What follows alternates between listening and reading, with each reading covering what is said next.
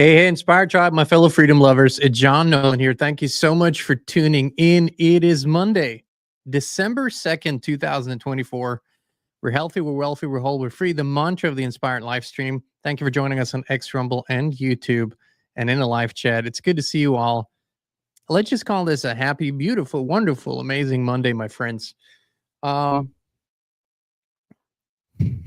Welcome to the madhouse, I guess. That's really a better way to put it. Today's thumbnail and title of the video of this show, it's triggering. I get that. The statement, the world can't be fixed, is triggering to a lot of people. It sounds even hopeless. But here's the thing. I think hope is not a strategy, and false hope can be deadly. And both these things are being sold, have been sold to people for eons. Hope and false hope. And, that's why we never within a generation, to a large degree, get to a level of truth that is actually liberating. But this all, I believe, is changing.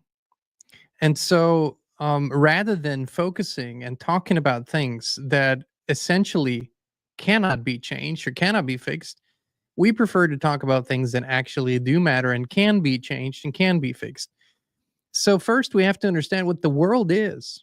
And people think, well, the world is the trees and the land and the waters and the mountains and everything in it. And that's just not true. The world, even and we're going to just, for this moment here, let's just pretend that nature, the way that we perceive it right now, that the earth, the way that we perceive it right now, is real. Let's just let that sit for a moment. The world is not the earth. The world was never the earth. The world is the artificial construct that is nations and governments and systems and sciences and technologies and everything in between, everything that humans have constructed. Now, the idea is, and the idea that's been put out since the beginning of time, is that everything that we see, all the systems, were simply created over time by humans to serve humans. And that is the entire crux of the story. It is not true whatsoever. None of it is true. The thing is, if even those of you, and some of you have gone really deep, but even those who've gone quite deep in the last years, let's just say, the truth about what this world actually is so unbelievable that we all every now and then revert to sort of a Stockholm syndrome, because we just don't want to look at these things. We just don't want to acknowledge them. But if we don't, we keep chasing a hopeless and false goal. And it is actually quite important to have goals. I always thought that it's quite important to have a vision. But here, most of the people today that are out there, good-hearted people, are trying to fix the world and trying to make it a better place and try to fix the system as if the system isn't doing exactly what it was designed to do. You can't fix something that, the intention was to do what it does. It's like saying we're going to fix ballistic missiles. Well, what are you going to fix? They were created to destroy. Boom. That's it. That's their sole purpose, is to destroy. You can't fix them. However, you can realize that that's what they are. And in that realization and acceptance, you stop fighting with it. So the only way basically to fix ballistic missiles is to get rid of them, right? Is to destroy them, or is to neutralize them. And we cannot fathom the thought that that might be the same principle that applies to this world. So let me ask you a question. It's not my question, but I want to read something to you that maybe some of you are familiar with. If we understand one question rightly, all questions are answered. But we don't know how to ask the right question. To ask the right question demands a great deal of intelligence and sensitivity. Here is a question, a fundamental question. Is life a torture? It is as it is. And man has lived in this torture centuries upon centuries, from ancient history to the present day, in agony, in despair, in sorrow, and he doesn't find a way out of it. Therefore, he invents gods and churches, all the rituals and all that nonsense, or he escapes in different ways. What we're trying to do during all these discussions and talks here is to see if we cannot radically bring about a transformation of the mind, not accept things as they are, nor revolt against them. Revolt doesn't answer a thing. You must understand it, go into it, examine it, give your heart and your mind with everything that you have to find out a way of living differently. That depends on you and not on someone else, because in this, there is no teacher, no pupil, there is no leader, there is no guru, there is no master, there is no savior. You yourself are the teacher and the pupil. You are the master, you are the guru, you are the leader, you are everything. And to understand is to transform what is. I think that will be enough, won't it? And that's by Krishnamurti, who was, for all intents and purposes, destined to be the great teacher of the world until he said, fuck you all. I won't accept that. I won't be the guru. I won't be that. And he went out and still became a leader and a teacher, but in the way that constantly he put a mirror in front of him, really, with everything that he said. And that mirror, caused, of course, everyone who looked at him to see the reflection of him or herself. And so, Krishnamurti, if you haven't heard of the man, worth studying, worth reading, worth contemplating on, but again, not as a guru. And I'll address this openly after our most recent conversation with Darius J. Wright, who gave a perspective as someone who's had a lot of out-of-body experiences, according to him, and who is teaching this method. He described what he saw.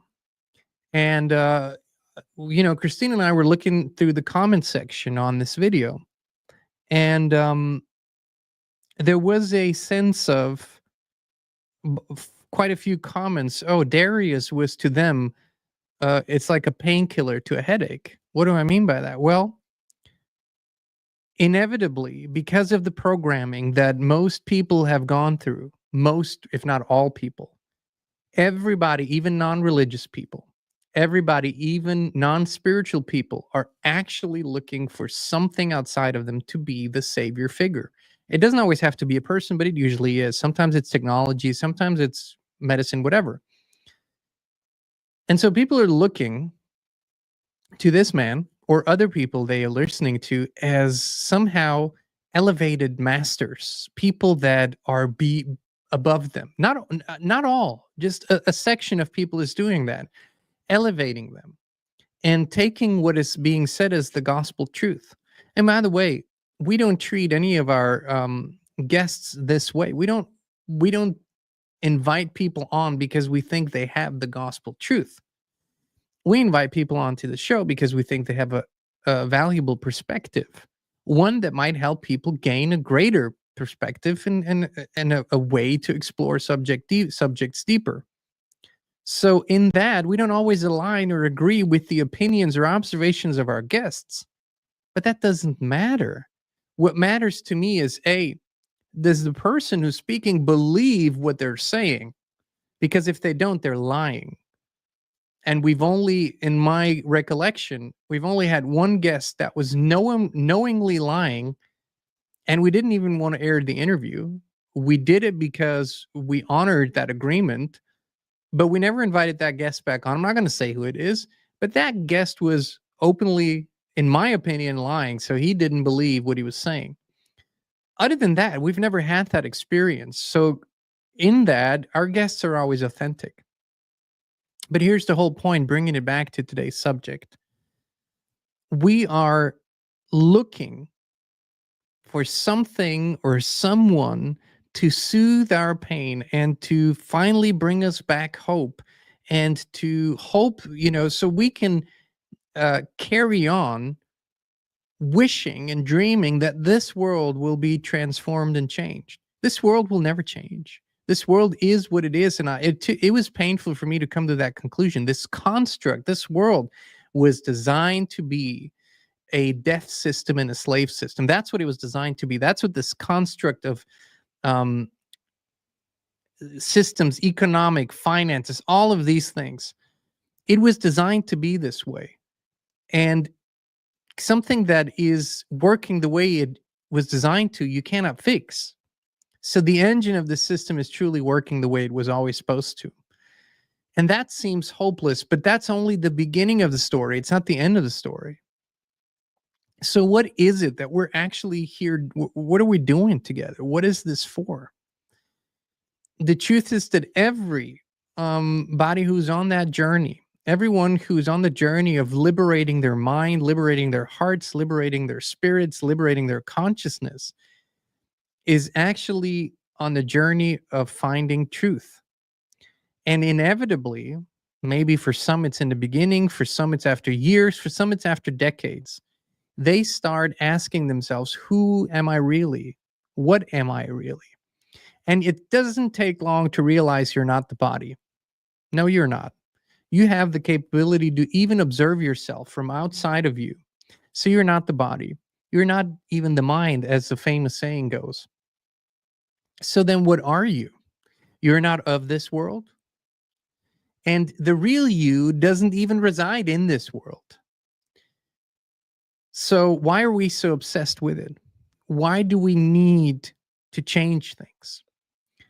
Because we have this purity. Most people have this purity that when they connect to spirit, they feel this love, and they say it would be so easy. All we would have to do is love. And it's true. But see, the essence of who we are and the essence of this world don't really go together. They're not made from the same consciousness. They're not made from the same awareness. They're actually the complete opposite of each other. So while we can't fix this shithole, and I would even call the world as a system, I would call it hell. Why? To me, hell is the absence of love and the absence of wisdom. This world as a construct lacks love and wisdom in every corner. Because this construct, this world, the systems, the governments, the finance systems, the economies, and everything else, the industries, everything, it wasn't built from a place of love at all. Love didn't even factor into the equation. It wasn't built from a place of wisdom. It didn't even factor in. As a matter of fact, it needed the absence of wisdom to be built. So then when we have no love and we have no wisdom, well, that to me is hell. So this world, and I say this, sort of without attachment, this world actually is sort of like a hell realm. But that, again, is only the beginning of the story. We are not. We're not at all like this world is. We're actually an eternal consciousness, for some reason, being in this experience, and the reasons vary greatly. Some chose it sort of consciously and said, I want to go here. Some were tricked into coming here again. Others chose it very consciously because they knew that when consciousness is confronted with consciousness, it starts to recognize itself. What does that mean? It's basically a liberation mission. To liberate consciousness from the hypnosis, the dream, the fake attachments, and to realize that we are, by being addicted to this world, by being addicted to fixing it, by being addicted to changing it, by doing everything but accepting it for what it is, we are tying ourselves to the ground. We're like hot air balloons. I've used this metaphor a lot. We're like hot air balloons tying ourselves to the ground. And so the hot air balloon, you've seen this before. Before it launches, they let it go up for like sometimes, 50, 60 feet or whatever. And then it's just there, but still tied to the ground. And that gives people an elevated perspective, but it's nothing like it can be. So we need to tie those ropes. We need to cut those ropes and give ourselves permission to rise. And that is the metaphor for a rising consciousness. You cannot be in a state of constant attachment to the material, to everything around you, and at the same time raise your consciousness. You have to find a level of acceptance first of what is. When your consciousness rises, it is impossible to predict what you're going to see, perceive, and what ideas and what visions and what experiences you're going to have. It is like saying that you could predict if you were born in an underground bunker. And even if there was a whole system, let's just say there was a tunnel system, they do exist, right? Let's just say you had access to that tunnel system. And even though you could move a mile to the left and a mile to the right to different areas of that tunnel system, you couldn't possibly imagine what is above the surface if you have never seen it or experienced it. So no matter how much you think about it, unless you rise up to the surface and go look at the earth, you won't be able to realize what it is. And so we're simply not experiencing the prime realm, prime earth, if you will, the way that we were designed and the way that it was designed. We are in a construct, whichever way you slice it, even if you don't think it's a technological realm, or even if you don't think the world, the 9 to 5s, the schedules, the way that we run our lives, what matters to us, the way that we fill out our forms, and we what we pay attention to, where our mind is focused on, it is all just to serve this construct, not to serve humans. How does it serve? If it did serve us, most people would be healthy, they would be happy, they would be abundant, they would be free, and they're not. This world is not that. But when consciousness rises, you are having different experiences. You are seeing things differently. As a matter of fact, the thing that happens most of all is that you feel, see, and know truth on a deeper level, and it does not bother you. Good or bad, it doesn't bother you. Now you could say, but that is horrible. You should be bothered by some truths. I'm not saying you're not having a human reaction. And I'm not saying you're not wanting to change something. That's not it.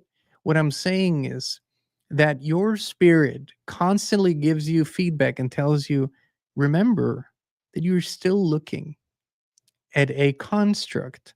This is not how it was initially designed to be. This is still a play in front of you playing out. The only problem with that is that real human consciousness and real spirits are trapped in this to a large degree. But we cannot help people see it by fixing the world or trying to fix the world. As the old saying goes, thank you so much for your contribution. As the old saying goes, you can only work on you. And I wouldn't even say that you need to fix yourself. I would say that we all need to give ourselves permission to be who we actually are. So, how does an eternal expression of consciousness have fear or worry about anything? How? When you are eternal in your nature, and when this experience is something very, very brief, how and where does the fear come from? The fear comes from separation from that. And we can only believe this world to be real when we're separated from who we really are. That's the only way that this works. The moment that you return or reconnect with who you truly are, then you start seeing the world for what it is. And in a very paradoxical way, it's the first time that you experience peace while you're residing in this body. If I look at the history that I can look at, if I look at the resets, if I look at everything, what it tells me is that this cycle keeps repeating over and over again. Humans build something, they go to war, or they are seduced to go to war. The powers that be don't have that human consciousness, and they created this construct. And we try to manipulate and push and pull and change little boxes within this construct and think we make things better. For a little while, sometimes that's true, but for the most time, not. It's not true. We just keep fooling ourselves. What awaits us if we were to actually detach from this world? The truth is, I don't know for sure.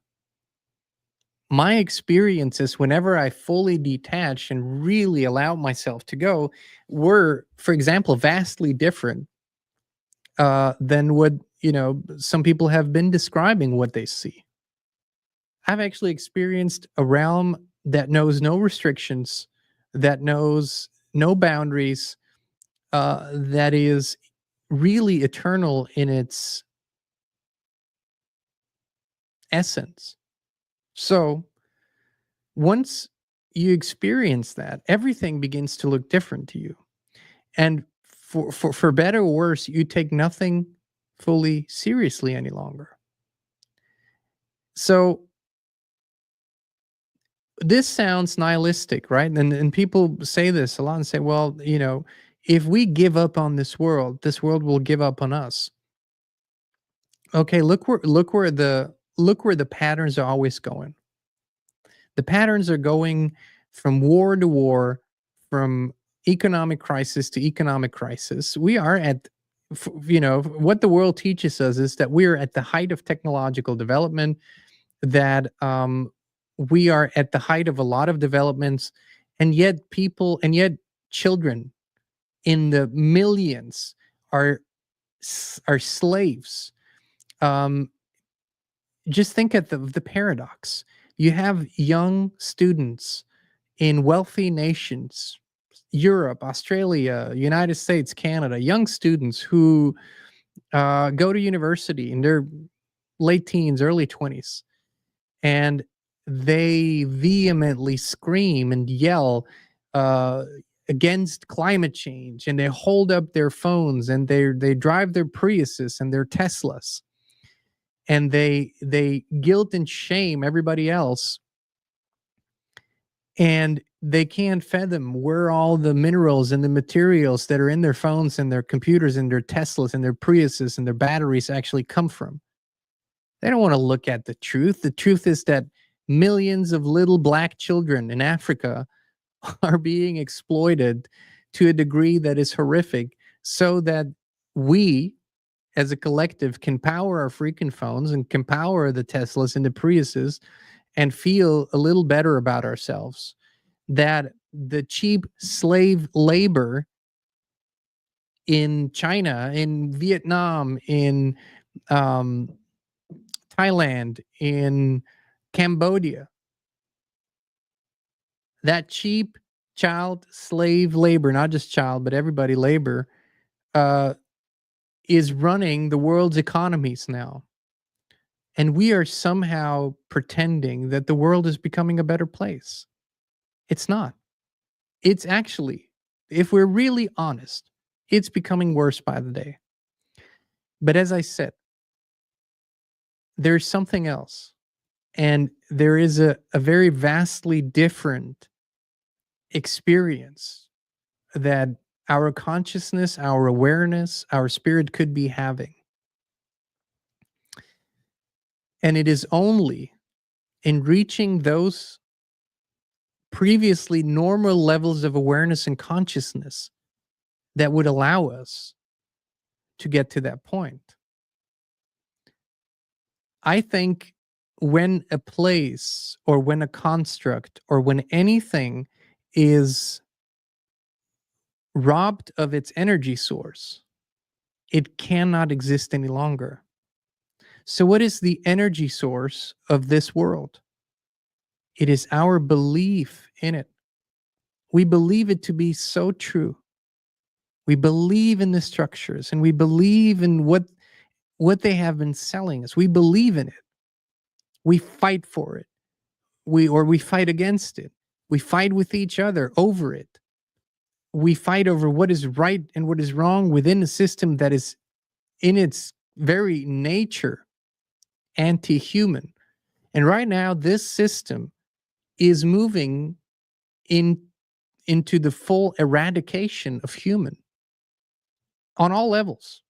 And we're celebrating it. For some reason, we're celebrating it right now. We're celebrating a change that is not a real change.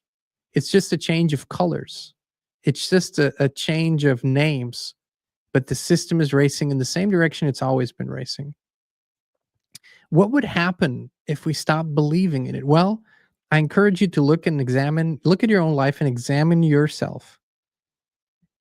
There were at some point habits or you had beliefs in your life where you were so strongly attached to something. Maybe it was a church. And I'm not judging anyone for anything, but I'm just saying maybe it was a church or a cult or some group or some person or some substance. And you believed in the power of that substance or that church or that leader or that person so much that you followed them blindly or you used it blindly and you believed it was the only thing that could save you or help you or give you hope. Chances are you are not that person any longer. You are not in that place any longer. And what has ruled your mind maybe 5 years ago, 3 years ago, 2 months ago, 10 years ago, I don't know your story, but what has ruled your mind and has been on your mind day in, day out, now doesn't even factor in any longer. Why? Because you quit believing in it. And when you quit believing in something, it it becomes less and less real in your life. I'll tell you this. Geography means very little for the human experience. Granted, there are nations that if you're born into that nation, your experience is going to be vastly different than being born into another nation. Sure. But I want to give you an example. Uh, a mile from here, same, not even a mile, it could be half a mile from here, same basic surroundings. A person could be having a vastly different life experience to me. As a matter of fact, my neighbor could be having a vastly different life experience to me. And they probably have. So, does the world around us so much dictate this? No. If that person believes in things that are destructive for them, for as long as that person believes in those things will remain destructive for them. And if you can overcome, transmute, and as a matter of fact, at some point, we must realize that we must transmute believe as a principle. Why do people need belief? I believe faith and belief are two artificial constructs from this world. I don't think that faith exists in prime reality. Why? Because faith is only needed when we don't know something or can't know something, right? And given how limited our perception is right now as a collective, given how much we've been programmed, there are a lot of things that we don't have access to. So when we don't have access to information or the field of infinite knowledge and information, then we must believe in something in the place of knowing. Because that's human nature. We need to have something to hold on to. So now we start believing in all kinds of things. Some of them serve us short term, some of them serve us long term, some of them might be detrimental. But as a species, we do that because we need some level of certainty. If we don't have some level of certainty, we're very, very unbalanced. Well, the truth is that almost nothing that humans believe in is even remotely true, and most things are completely false. They have no basis in reality, no basis in fact, and no basis in truth. But that doesn't keep people from fighting over that or killing each other over that or fighting wars over that. So how do we change that? Well, first of all, accepting that at this moment in time, we're still very limited. That's the first thing, because acceptance allows you to quit the fight for a moment. I'm just accepting. I'm here. This is it. I don't try to change anything for this moment. I'm just accepting what is. Now, maybe for the first time, that will allow you to breathe a little easier because you're not trying to do anything. You're just accepting. And when you sit with that acceptance and walk with it, things start to shift within you, but you have to experience that. And then you can start asking yourself, what can I know? The answer is very, very little. We can know for certain very, very little.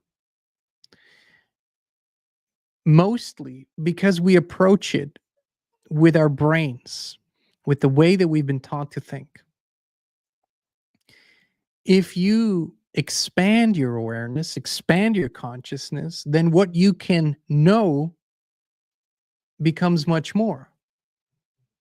Now, that's not something you can explain to most people. It's not something you can share because they'll say, what's your source? What's your evidence? Where's the study?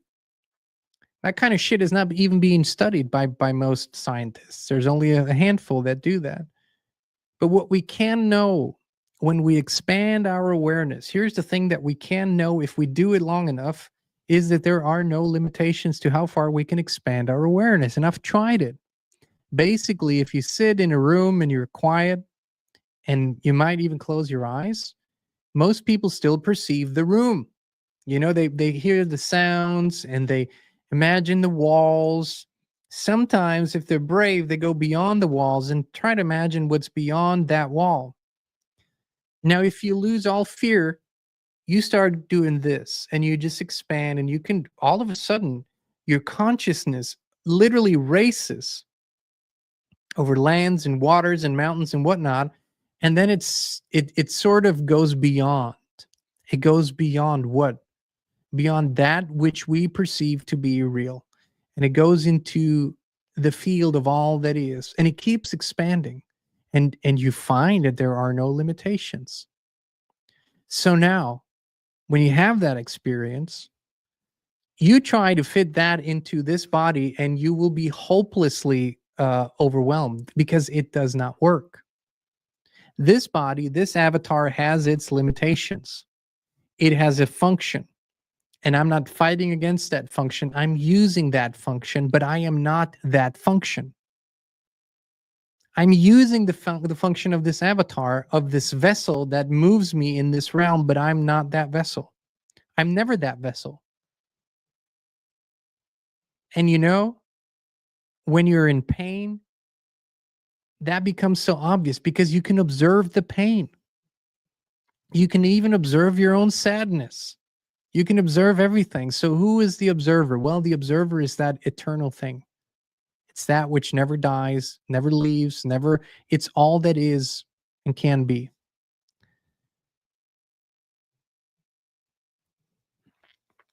It is sometimes challenging to navigate the madness that we're observing and keep that knowing inside of us. But I have found it to be the only way. What I'm about to say will probably trigger even more people. But shit's not going to get easier here. This is going to get harder. The patterns of the world are the patterns of the world. And they keep repeating.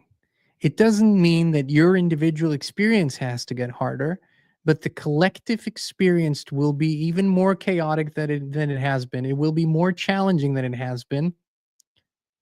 But more people, because of that than ever, will step outside of it. Because that's what people have been doing.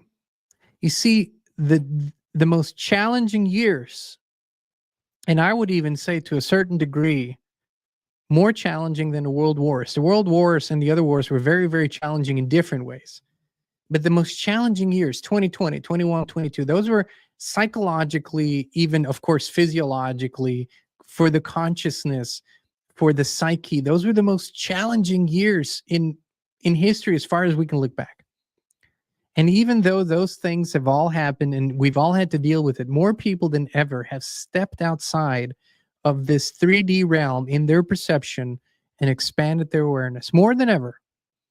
So the paradox is that even though more chaos will unfold in this world, that's just the way where this train is going. More people than ever will expand their awareness and they won't believe in it any longer. And like I said before, when we remove our faith in this world, in this system, in this construct, we are removing the primary energy source and the primary reason for its existence.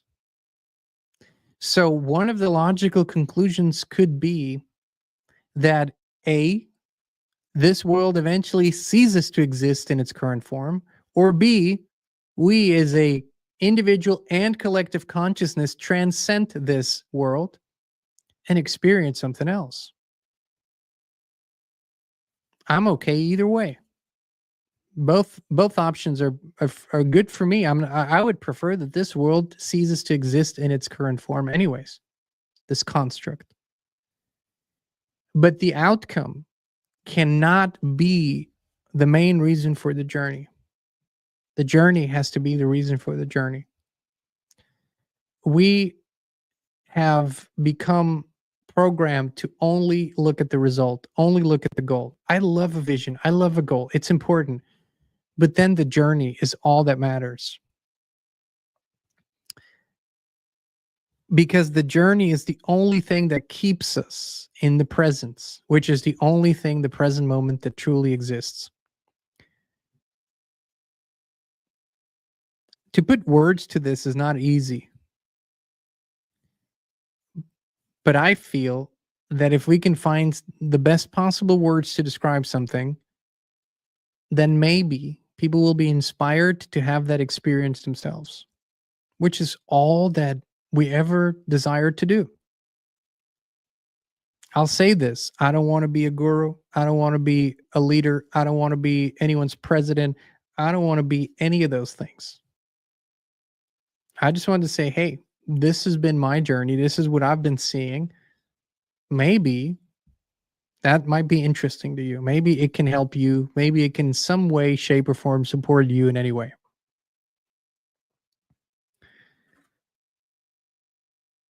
Hope is not a strategy.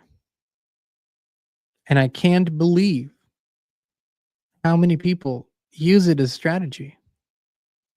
Hope has its purpose. Very limited, for short periods of time, in extraordinary situations, sure. That's where hope comes in. When you can't see any evidence, anything else, when you're blinded to anything good, hope is good. And you should never take hope away from the people. But it is not a strategy. Can you talk about victim mentality a little bit? Yeah, well, that is exactly, Christine asked me to talk about victim mentality. When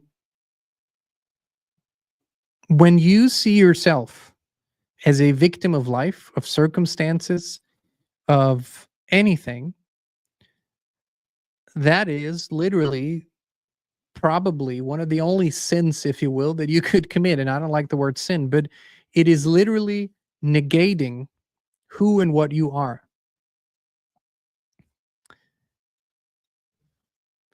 There is no such thing, even in this realm, over longer periods of time, as coincidence, happenstance, or disalignment, if you will. What do I mean by that? If your being, if you who you are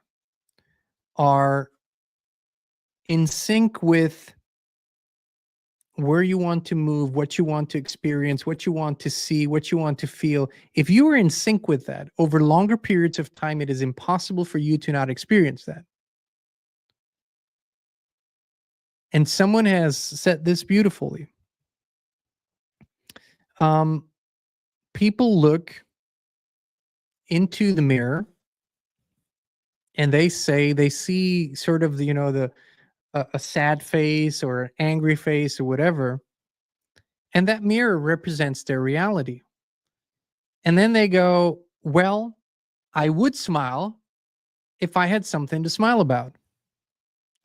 And every day they return to the mirror and that same sad, grumpy face is looking back at them, and then say, once that mirror reflection changes, when that starts smiling, When that reflection starts showing a happy and a joyous face, then I'll be happy.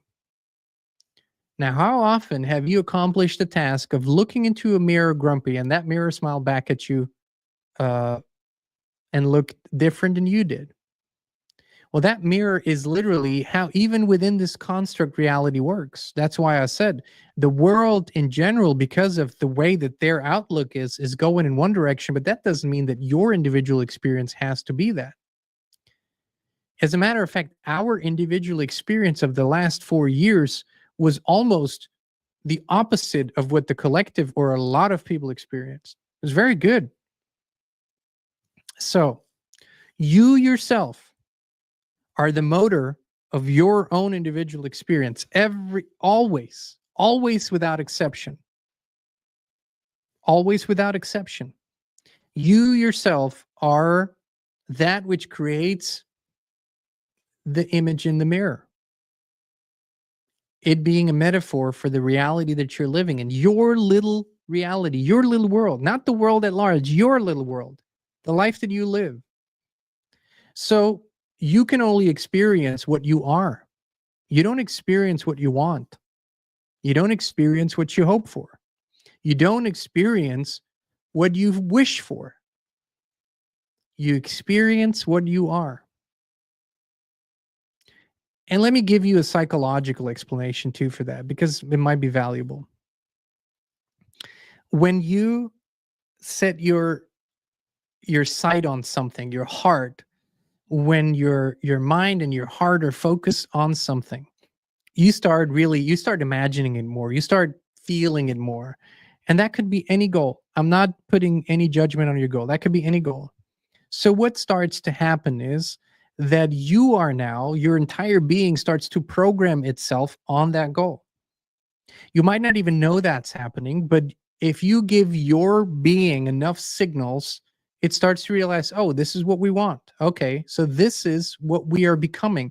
Okay, so this is what we're focusing on. Okay, so a program starts to kick in. Programs can be good too.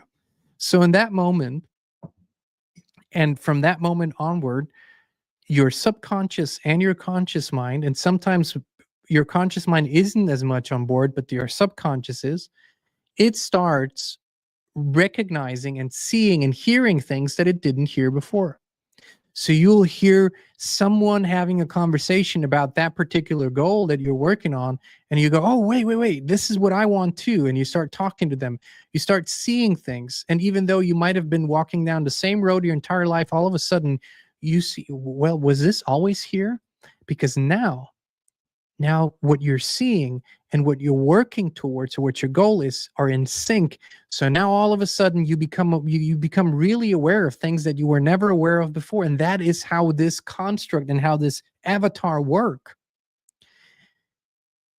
We can, and this is, this, if you look at any war, if you look at any economic crisis, depression, anything, famine, sickness in history, the masses were struggling, but there were always those who were having a really, really great experience. I don't feel guilty about that. I had to choose to not feel guilty, that even though others have chosen a different path, I don't feel guilty for feeling good while they feel bad. I do my utmost to uplift them, inspire them, show them a different possibility, but I don't feel bad. I don't feel guilty for being in love, for being in joy, for being abundant. Not for one moment. I don't lose any sleep over that. Because how would I help anyone by pulling my own consciousness down? How would I possibly help anyone? So the victim mentality is another program of this world. What does it do? It puts you in an infinite loop. Here's why this can't happen for me. Nothing good has ever happened for me. Everything always goes to shit. Everything is always hard. I can never get ahead. Life always sucks. I always experience the same thing, meet the same shitty people, get the same shitty partner, whatever the stories are. It is a story. How do I know that it's a story? Because chances are your neighbor is living their best life. Are they breathing the same air? Are they living in the same geographic area? Are they experiencing a lot of the same things you are? Yes, but yet they're living their best life. This is what this entire conversation is about, friends. We can't fix this world. This world is what it is. It's a construct made from an inverted consciousness. Thank you, Montana. See, even Montana knows it. But we can change how we view it, right? And we can stop believing in it. And what could we believe in instead? Ourselves again. That's what we could do. We could believe in ourselves again. And think about how a few people in our lives, in our world today, have shifted and helped so many others by believing in themselves. I want to give you an example. I think one of the greatest thinkers of our time, David Icke. Think about this. One guy, one man, and even with all the resistance that was coming and the ridicule and the fights against him and the campaigns against him, he just kept doing what he was doing. And sometimes he was angry, which is a human normal reaction. And of course, probably sometimes sad, but he kept going. For 35 years, the guy kept going. Today, how many people do you think, how many people's lives has he touched? He hasn't changed those lives. He touched them. He gave them something to think about. He gave them something to explore. He gave them something to go deeper into.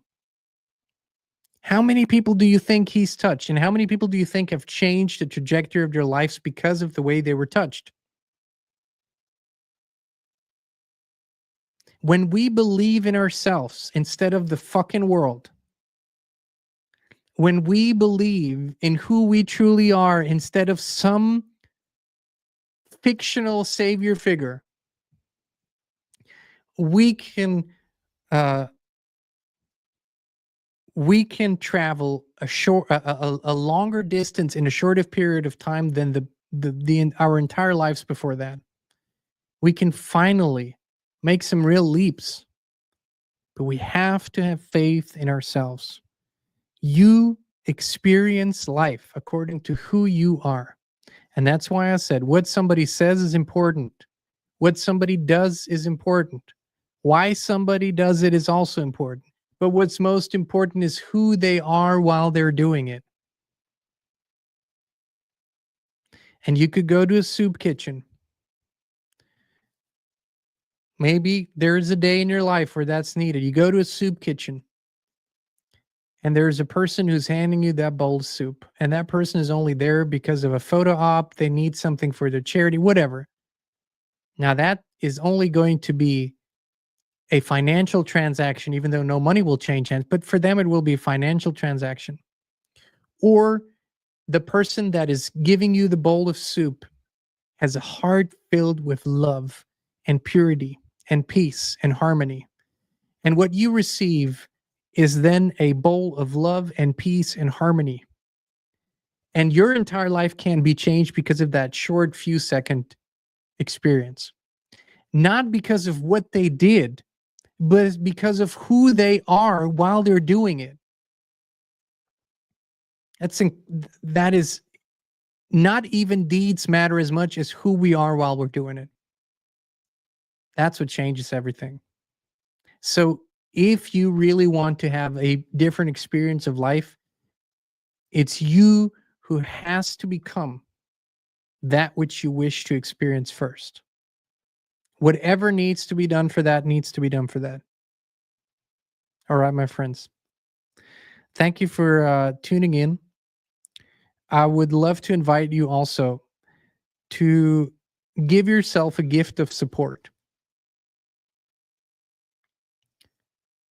Our friends over at FLFE give the gift of support. For 15 days, experience it. What does it feel like to be in a high consciousness field? What changes? Just check it out. See what changes. Their non-invasive, non-AI technology creates a high consciousness field around your home or you just check it out. There's different options. And it's a different experience of life. A lot of people have been telling us they sleep better, they have more harmony. This is a system of support that I think is one of the most important services in the world today. It won't be needed forever, but right now I think it's very much needed. And if today you have no means, let's just say that if today you don't know how you're going to get through the next few weeks, and I know some of you are experiencing that, give yourself, if you haven't yet, the gift of support. For 15 days, give it a try. Links in the description, or go to highconsciousnessfield.com. You don't need a credit card. You don't need anything. It's just a gift from them to you for 15 days. And then use those 15 days fully to pray, to meditate, to examine your beliefs, to go within, and to be honest with yourself. This could be the springboard for an entirely different experience of life. That's what you can use it for. And who knows what all could come your way in just 15 days, or what could start to transpire in your life. Keep an open heart, keep an open mind for what could happen. A lot of people have had amazing experiences during those 15 days. But here's the thing. It isn't an automated system. You got to work with it. A high consciousness field is just like a vessel. Now, if you don't do anything with yourself, for yourself, well, that's going to feel a little better. But if you actually work with it, use it, take advantage of it, even in a good way, who knows how good it can get, my friends. So go to highconsciousnessfield.com, click on start my free trial. You don't need your credit card. You don't create a subscription. It's literally just a gift for 15 days. It's just a free trial. There are no strings attached. I don't know why anyone wouldn't do it. And the thousands and thousands who have had incredible experiences. So, this is my invitation to you. Thank you for tuning in. Thank you for being here with us. We love you. Yes, thank you. And those of you, almost forgot about it. Those of you who are with us in the Inspired community on Locals, on inspired.locals.com, please join us for a little bit of a continuation of this live stream. On Locals, we go a little deeper. It's more intimate. We answer questions more. It's just a wonderful community over there that we appreciate so much. So if you want to join us there, links in the video description. Love you all. Appreciate you. And we'll be back very, very soon. And right now, you could be only a few clicks away from experiencing something amazing, something that has changed thousands of lives all over the world. I'm talking about a high consciousness field similar to those at pilgrimage sites and sacred places. It's where people go to heal, to connect, and to become the best possible version of themselves. With FLFE, you can bring such a high consciousness field into your home right now. It's a spiritual quantum technology based on the work of Nikola Tesla. Better sleep, more energy, greater well-being, improved finances, electrosmog mitigation. These are only some of the things people on the FLFE service are experiencing. Try it now for 15 days completely free of charge, no credit card needed. Just click on a link down below to start your free, no strings attached FLFE trial right now.